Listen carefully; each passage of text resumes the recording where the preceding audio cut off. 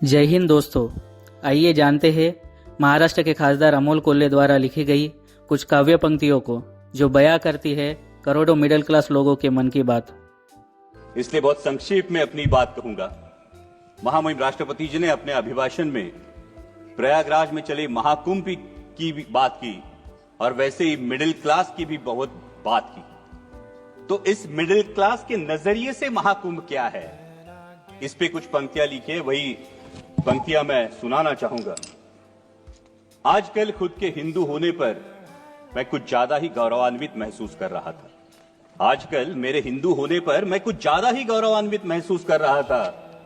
हालांकि मेरे हिंदू होने में मेरा खुद का योगदान कुछ भी नहीं था, लेकिन सनातन की समृद्ध परंपराओं में मेरा अटूट विश्वास है। सनातन की समृद्ध परंपराओं में मेरा अटूट विश्वास है।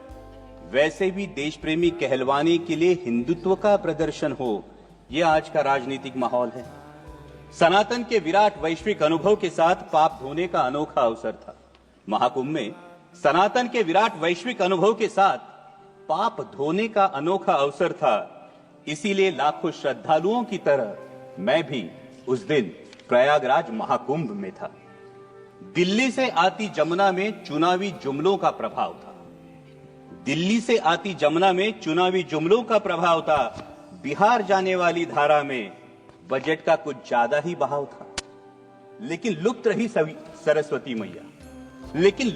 सरस्वती मैया, क्योंकि शायद आज की राजनीति में सद विवेक का थोड़ा सा अभाव था। धन्य हो गंगा मैया, धन्य हो गंगा मैया, जिसने सारे पापों के साथ सभी को अपनाया। महंगाई, बेरोजगारी और तमाम विफलताओं को किसी ने आस्था की चादर के आड़ छुपा दिया। उसी आस्था के साथ डुबकी लेने वाला मैं ये देख के हैरान रह गया। उसी आस्था के साथ डुबकी लेने वाला मैं ये देख के हैरान रह गया। मुझसे भी गहरे पानी में कोई लगातार गोते खा रहा था। मुझसे भी गहरे पानी में कोई लगातार गोते खा रहा था। अनजाना नहीं था, जाना पहचाना था। वो मेरे देश का रुपया था। वो मेरे देश का रुपया था। नजरअंदाज करते हुए मैंने खुद को समझाया। उनको नजरअंदाज करते हुए मैंने खुद को समझाया। चिंता की कोई बात नहीं, अर्थव्यवस्था तो 5वें पायदान पे है। चिंता की कोई बात नहीं, अर्थव्यवस्था तो 5वें पायदान पे है। तभी कानों में फुसफुसाई गंगा मैया, पर कैपिटा जीडीपी में बालक हम 141वें स्थान पे है। लेकिन ये सब सोचने की मुझे क्या जरूरत? मैं तो एक साधारण सा मिडिल क्लास हूं। जो बजट में टैक्स रिबेट देखकर खुश होता हूं, लेकिन रोजमर्रा की चीजों पर 5 से 18% जीएसटी भरता हूं। चप्पल, कपड़े, खाना, साबुन, खाद, यहां तक कि कफन। चप्पल, साबुन, कपड़े, खाद, यहां तक कि कफन, शर्म आनी चाहिए। यहां तक कि कफन, कोई भी चीज नहीं छूटी है। दर्द तो होता है लेकिन जख्म नहीं दिखता। इनडायरेक्ट टैक्स जीएसटी की यही तो खूबी है। वैसे हेल्थ और एजुकेशन सेस भी मुझसे ही वसूला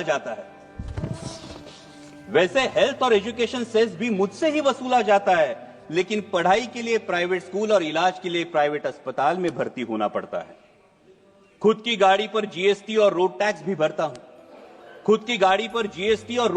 भरता हूं। लेकिन गड्ढे, टोल और पेट्रोल सेस से कहां राहत पाता हूं। महंगाई तो बढ़ती है लगातार, तुलना में सैलरी नहीं बढ़ती। लेकिन कहां शिकायत कर पाता हूं। लोकल ट्रेनों में लटकता हूं, ट्रैफिक जाम में फंसता हूं। मानो प्रीमियम और ईएमआई चुकाने के लिए मैं जीता हूं। ईएमआई से याद आया, पिछली बार चुका नहीं पाया तो बैंक मेरे दरवाजे पर आया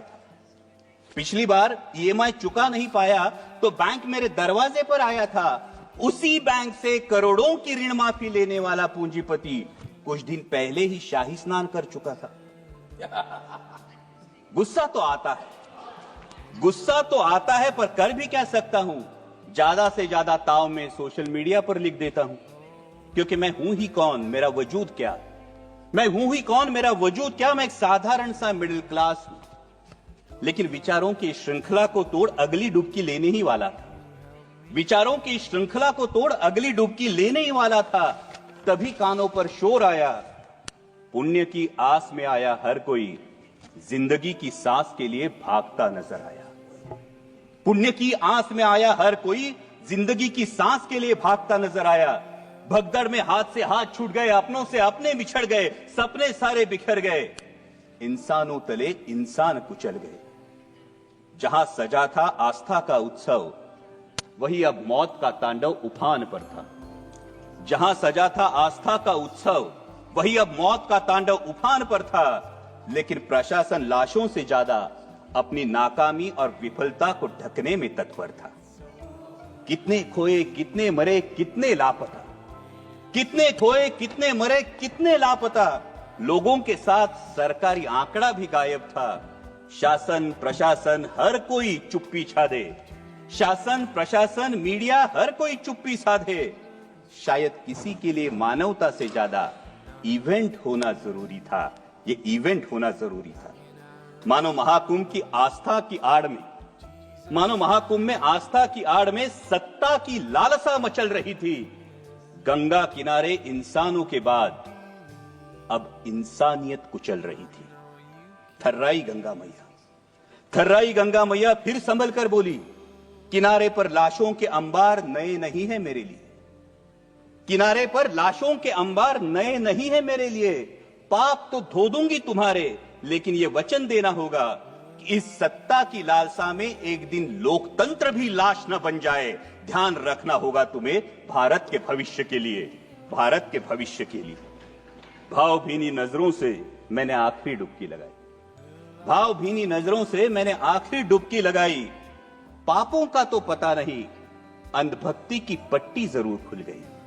पापों का तो पता नहीं, अंधभक्ति की पट्टी जरूर खुल गई। धन्य हो गंगा मैया, धन्य हो गंगा मैया, जिसने भावनाओं से बढ़कर जिम्मेदारी की जोत जलाई। एक मिडिल क्लास को उसके भारतीय होने के कर्तव्य की याद दिलाई, भारतीय होने के कर्तव्य की याद दिलाई। जय हिंद, धन्यवाद। दोस्तों, उम्मीद करता हूँ ये सब सुनने के बाद इस पर आप भी दे सकते हैं आपकी अपनी राय, आपके अपने YouTube चैनल आपकी राय पर। धन्यवाद।